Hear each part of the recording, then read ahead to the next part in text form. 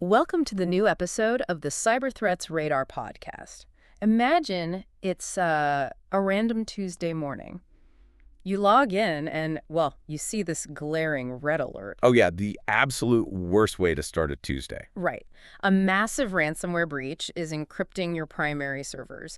Your heart races for a second, but then you take a breath and think, it's fine. We have comprehensive backups. You assume you can just roll back to yesterday. Exactly. But then you click over to the recovery server and you realize they didn't just breach your systems this morning. They've been quietly sitting inside your network for a week. Just mapping everything out. Yeah, and they completely deleted your backup repository yesterday. This scenario isn't a hypothetical nightmare. This is the new reality of modern IT infrastructure. It really is.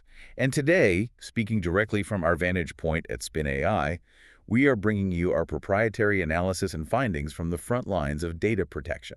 We are doing a deep dive into why traditional backups are, well, they're just failing against these advanced threats, and how a concept known as immutable backups has become the absolute final safety net for organizations worldwide. Because for decades, the security community operated under a very specific assumption.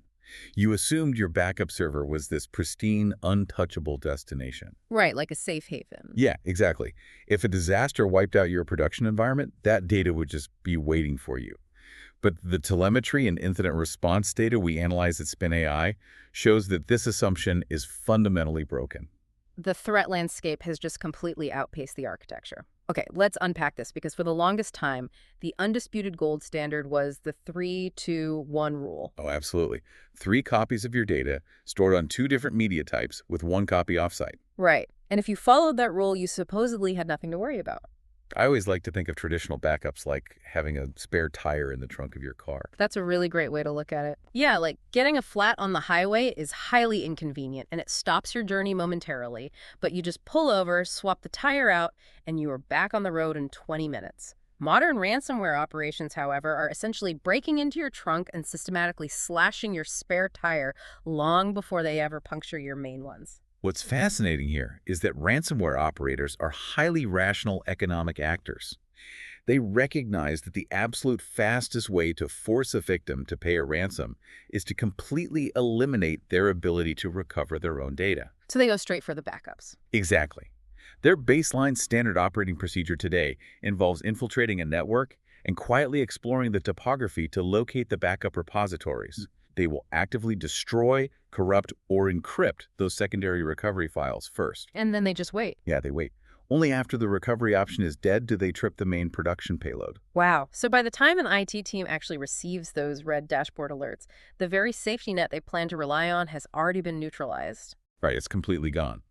But malicious human actors are really only half of the equation here. That is a great point. At Spin.AI, we are tracking a second major shift, and it involves autonomous AI agents. Development and operations teams are rapidly adopting these agents and wiring them directly into their production environments. They use them to manage system resources, optimize storage, streamline workflows, all that kind of stuff. Yeah, but to do their jobs, these agents are granted real, legitimate administrative credentials. And they make light and fast decisions without waiting for human permission. Which sounds great for efficiency, right?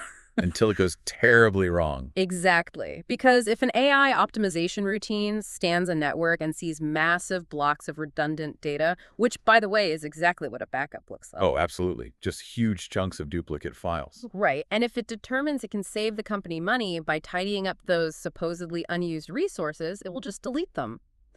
But wait, if these AI agents are operating with legitimate credentials, how can any standard security model possibly stop them? Well, that's the core issue. They look exactly like authorized users performing authorized tasks. The entire security framework most companies utilize today quietly assumes there's a human being somewhere in the loop. We rely so heavily on least privilege scoping, right? We only give users the access they actually need. Yeah, and we rely on confirmation prompts, and we monitor for behavioral anomalies like logins from strange geographic locations.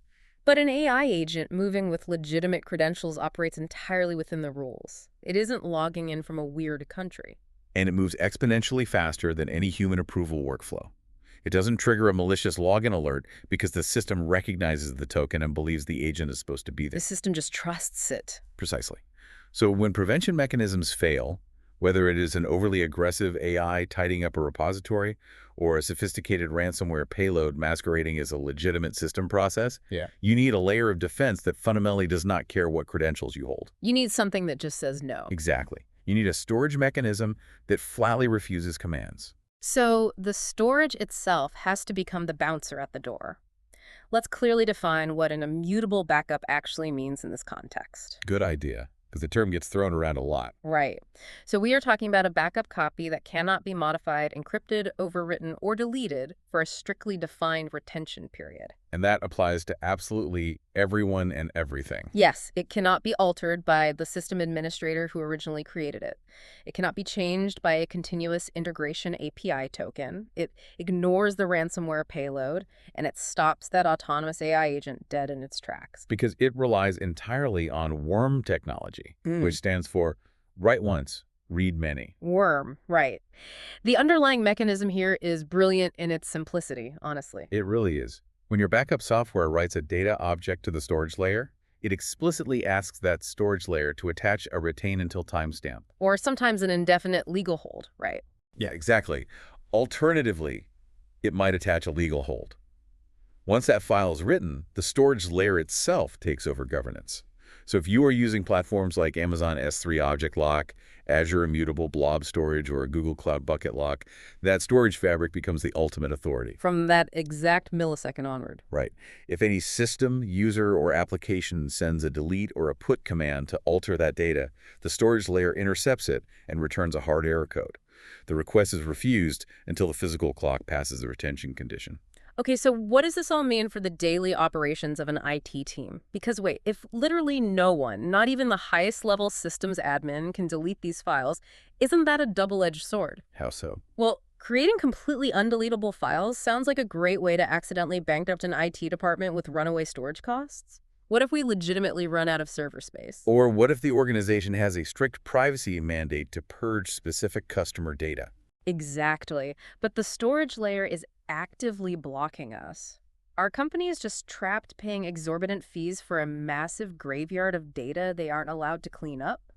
I mean, it is a significant concern for any infrastructure planner, Mm-hmm. but the trade-off is absolutely necessary, and the architecture actually solves for this through intelligent versioning. Okay, how does that work? You have to remember that immutability is a property of the storage hardware or the cloud fabric itself, not the application writing to it. Ah, right. That separation is key. Yeah, so we avoid drowning in storage costs by letting intelligent versioning sit on top of this immutable foundation. Creating new versions with their own clocks. Exactly. Imagine you write a file on Monday.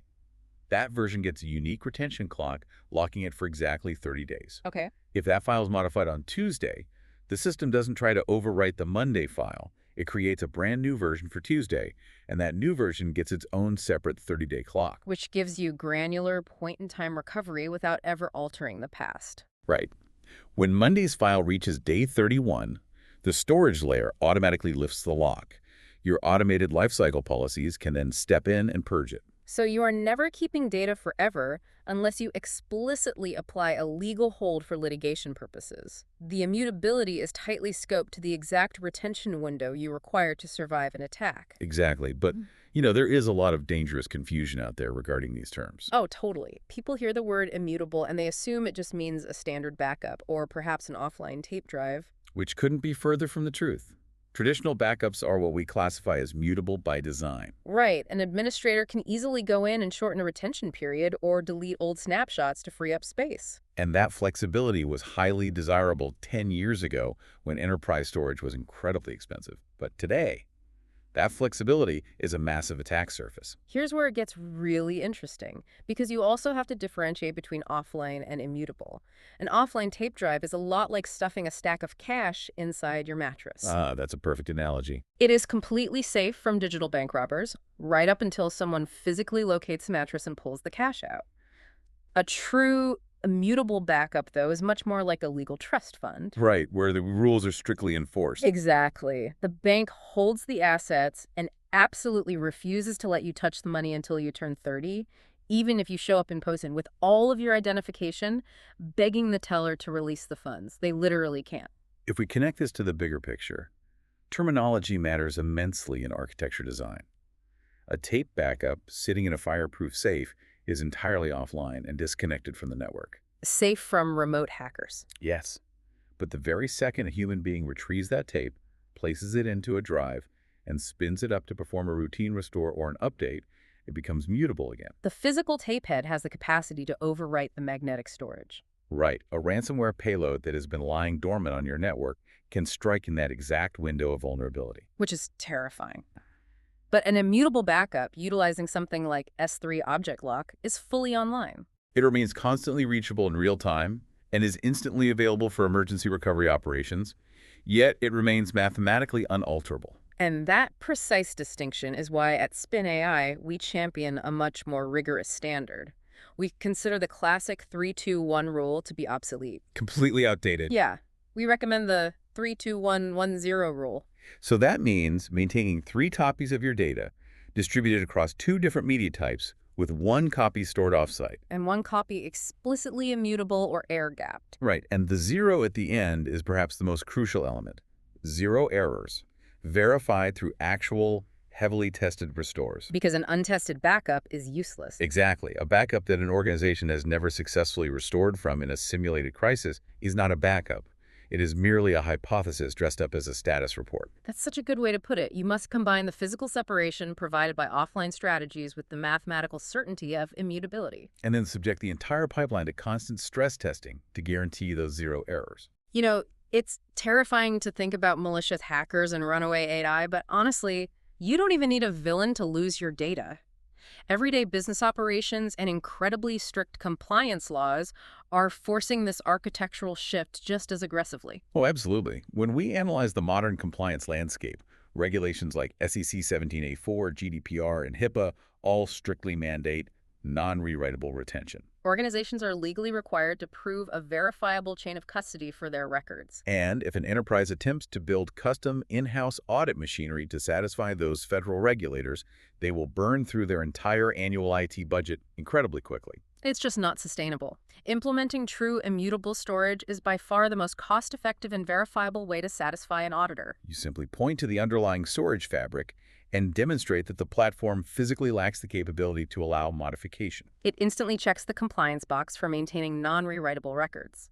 But beyond the complex web of global regulations, there is the most common and arguably most terrifying threat vector of all. Plain old human error. Yes.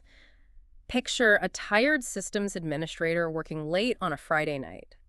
They are in the terminal trying to clear out a temporary directory. They type out a command, hit enter, and we've all had that moment where we hit delete and our stomach instantly drops. The absolute worst feeling in the world. They realized they were in the wrong directory and just cascaded a delete command across the main production database.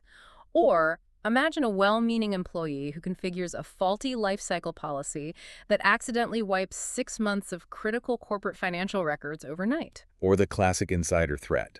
The disgruntled administrator who decides to make their termination highly memorable by destroying infrastructure on their way out the door. Exactly. So with all these regulations and risks, how does a company know they are actually buying a real immutable solution that stops these events and not just falling for marketing fluff? Well, you know the architecture is legitimate when a catastrophic human error or a highly malicious insider threat ends in a harmless, mundane error message instead of a company-ending disaster. Just a simple access denied. Yeah.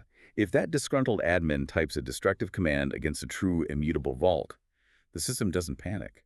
It simply returns an access denied or action prohibited log entry. The data itself doesn't even flinch. Exactly. Because true immutability operates below the application layer. It is enforced at the hardware or cloud storage fabric level. And knowing exactly what to look for leads directly into how we at Spin.AI have engineered our platform to meet these stringent real-world requirements. We are incredibly proud of our approach because it is engineered around a very hard truth. Your production environment is not your backup. Say it louder for the people in the back. And your SaaS vendor's basic daily snapshots, those are definitely not your backup either. SaaS providers build snapshots for their own disaster recovery if their data centers go down. Right. If your specific Google Workspace or Microsoft 365 tenant gets compromised and an attacker purges your internal recycle bins, you cannot rely on the vendor to save you. That is the exact gap Spin.AI was designed to fill. Spin.AI provides fully independent, immutable backups for Google Workspace, Microsoft 365, Salesforce, and following our recent and highly strategic acquisition of Revise, we now extend this same immutable protection across the entire Atlassian ecosystem. That's huge. And the defining architectural difference is where this data actually lives, right? Exactly. Spin1 operates on a completely separate control plane from the SaaS environments it is protecting. Oh, I see. Because if the exact same API token that runs your production deployments and manages your daily workflow can also be used to authenticate and delete your backup vault, your immutability is totally fake. The blast radius overlaps. Exactly. If a hacker manages to steal the master keys to your Microsoft 365 tenant, they get everything. But with a separate control plane, the blast radius can't overlap. They hit a brick wall when they try to access the Spin1 vault. This raises an important question regarding how organizations assess their readiness. Separation of duties is paramount. You need to scrutinize your vendors and ask very pointed questions. Like, is their immutability just a software toggle that an admin can switch off? Right. Or is it hard-coded into the storage fabric? Does deleting a vault require multi-party approval? And most importantly, have you ever actually restored from it? Like we said earlier, a backup nobody has restored from is just a hypothesis. To guarantee the security, Spin1 integrates SSPM, which is SOS Security Posture Management. Think of SSPM as the radar system actively scanning your third-party applications and API tokens for misconfigurations or data leaks. While the immutable storage acts as the blast-proof vault. Exactly. We back these claims up through rigorous independent auditing. We are fully SOC 2 Type 2 audited, and we are HIPAA compliant. It really is the ultimate safety net for organizational data. To bring this all together for you, traditional prevention tools and perimeter defenses are absolutely necessary, but they are no longer sufficient on their own. Immutability is the final layer of defense that holds the line when everything else fails. It protects your organization from incredibly fast ransomware payloads. It protects you from rogue AI agents operating with legitimate credentials, and it protects you from everyday human error. It takes the power to destroy data completely off the table. The peace of mind that provides to an IT department is invaluable.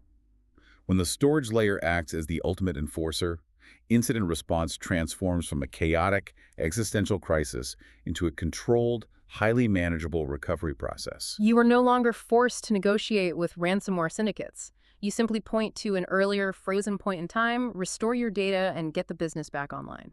It completely changes the power dynamic. It really does. Thank you for listening. Stay safe.